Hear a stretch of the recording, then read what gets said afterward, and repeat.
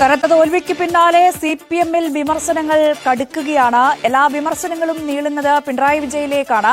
Pinarayi Vijayan MLA സ്ഥാനം രാജിവെക്കണമെന്നാണ് Parassala area secretary ഇപ്പോൾ പറയുന്നത്. തോൽവി വിലയിരുത്തിയ യോഗത്തിലാണ് അജയകുമാറിന്റെ നിലപാട്. അജയകുമാർ കാരണഭൂതൻ പാട്ടിന്റെ സംഘാടക സമിതി ചെയർമാനായിരുന്നു. വിശദാംശങ്ങൾ ദീപു രേവതി നൽകും. ദീപു, ഒരു കാലത്ത് പുകഴ്ത്തൽ, തോൽവി വരുമ്പോൾ ശക്തമായ വിമർശനവുമായി രംഗത്തെത്തുന്നു. രഞ്ജിനി, ഇന്നലെ ചേർന്ന രാത്രി വൈകി അവസാനിച്ച പാറശാല ഏരിയ കമ്മിറ്റി യോഗത്തിലാണ് പാറശാല ഏരിയ സെക്രട്ടറി തന്നെ ഇത്തരത്തിലൊരു നിലപാടെടുത്തത്.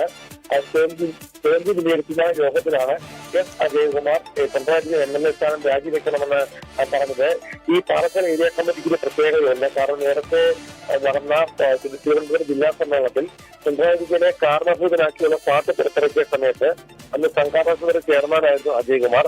ആ അജയകുമാർ തന്നെയാണ് ഇപ്പോൾ പറഞ്ഞത് എംഎൽഎ സ്ഥാനം പിണറായി രാജിവെക്കണം, പ്രതിപക്ഷ സ്ഥാനത്തിരിക്കാൻ പിണറായി വിജയൻ യോഗ്യനല്ലെന്ന വിമർശനമാണ് ഏരിയ കമ്മിറ്റി യോഗത്തിൽ ഉയർന്നത്. രാജിവെച്ച് മാതൃകയാകണമെന്നും ഏരിയ കമ്മിറ്റിയിൽ ചർച്ച വന്നിട്ടുണ്ട്.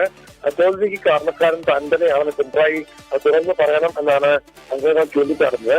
പിണറായി വിജയൻ എടുത്ത തീരുമാനങ്ങൾ നടപ്പാക്കാനുള്ള ഒരു തൊഴിലാളികളായി മാത്രം പാർട്ടി സ്ഥാനാർത്ഥി മാറുകയാണ്. അല്ലാതെ പാർട്ടിയിൽ ചർച്ച ചെയ്തല്ല പാർട്ടി നേതൃത്വം തീരുമാനങ്ങൾ എടുക്കുന്നതെന്നുള്ള വിമർശനവും പാർട്ടിയുടെ ഏരിയ കമ്മിറ്റി യോഗത്തിലുണ്ടാകുന്നു. സംസ്ഥാന സെക്രട്ടറി അംഗം കെ ജയചന്ദ്രനാണ് ഈ യോഗത്തിൽ ഇന്നലെ പങ്കെടുത്തത്. സംസ്ഥാന സെക്രട്ടറി അംഗങ്ങൾ പങ്കെടുത്താണ് പല സ്ഥലങ്ങളിൽ ഇപ്പോൾ ഏരിയ കമ്മിറ്റി യോഗങ്ങൾ ചേർന്ന് ഈ തെരഞ്ഞെടുപ്പ് പരാജയം വിലയിരുത്തിയത്.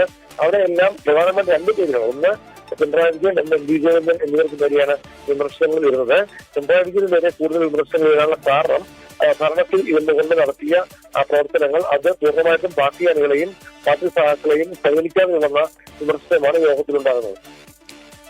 ദീപു, ഇതിലിപ്പോൾ ഈ പാറശാല ഏരിയ കമ്മിറ്റിയുമായി ബന്ധപ്പെട്ട് നോക്കുകയാണെങ്കിൽ ഒരു പടി കൂടി കടന്നുള്ള വിമർശനമായി കാണേണ്ടേ? കാരണം പലയിടത്തും വിമർശനം ശക്തമാണ്.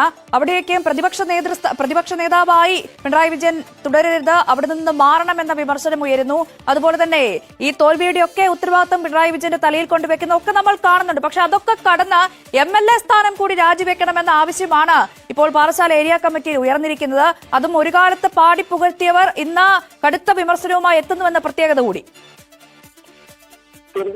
അതാണ് സിപിഎമ്മിനകത്തെ സംഘടനാപരമായ ചർച്ചകൾ വരുമ്പോൾ പലപ്പോഴും ഇപ്പോൾ നേതാക്കൾ തുറന്നു പറയുകയാണ്. രഞ്ജിത്ത് പറഞ്ഞതുപോലെ ഒരു പടി കൂടി തുറന്നു പറയുമ്പോൾ എംഎൽഎ സ്ഥാനത്ത് ഇരിക്കാൻ തന്നെ പിണറായി വിജയൻ യോഗ്യനല്ല. കാരണം ഈ മുന്നണിയെയും സർക്കാരും 10 വർഷത്തിന് ശേഷം ഇത്രയും മുതൽ തെരഞ്ഞെടുപ്പ് പരാജയത്തിലേക്ക് തള്ളിവിട്ടത് പിണറായി വിജയന്റെ പ്രവർത്തന ശൈലിയാണ്. അപ്പൊ അത്തരത്തിലുള്ള പ്രവർത്തന ശൈലിയുള്ള പിണറായി വിജയൻ പ്രതിപക്ഷ നേതാവായിരിക്കുന്നത് തന്നെ ആദ്യത്തെ തെറ്റ്. രണ്ടാമത്തെ കാര്യം, ഇതിനകത്ത് എംഎൽഎ സ്ഥാനത്ത് ഇരിക്കാൻ പോലും നിയമത്തിൽ പ്രവർത്തിക്കാൻ പോലും പിണറായി വിജയന് ഒരു സംഘടനാപരമായിട്ട് ഉത്തരവാദിത്തമില്ല. വ്യക്തിപരമായിട്ടല്ല പറഞ്ഞത്, സംഘടനാപരമായിട്ട് ഉത്തരവാദിത്തമില്ലെന്ന കാര്യമാണ് വിമർശനമായി വരുന്നത്.